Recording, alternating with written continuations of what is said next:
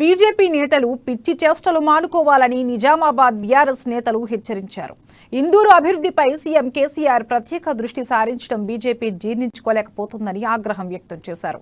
నగర mayor Neetu Kiran CM KCR ఆదేశాలతో అధికారులు ఒక ప్రణాళికాబద్ధంగా అభివృద్ధి పనులు చేపట్టారని నుడా చైర్మన్ ప్రభాకర్ వివరించారు.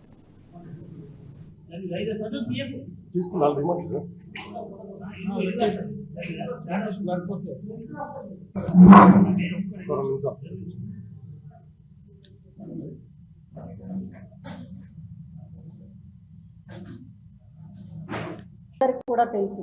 మరి ఆ సమయంలో మరి మా ఎంపీ గారు వచ్చి బండ్ల దగ్గర నిలబడి మరి బొట్లు పెట్టుకుంటూ టోపీలు పెట్టుకుంటూ మీరు ఇది అమ్మండి అదే అమ్మండి, మీరు ఇక్కడ నుంచి ఎక్కడ కదలొద్దు అని చెప్పేసి అలాంటి ఒక పప్పు ప్యాకెట్ పెట్టుకొని ఫోటోలు దిగారు తప్పితే మరి నయా పైసా ఎవరికి చెప్పింది లేదు, ఎవరికి చేసింది లేదు, ఏమీ లేదు.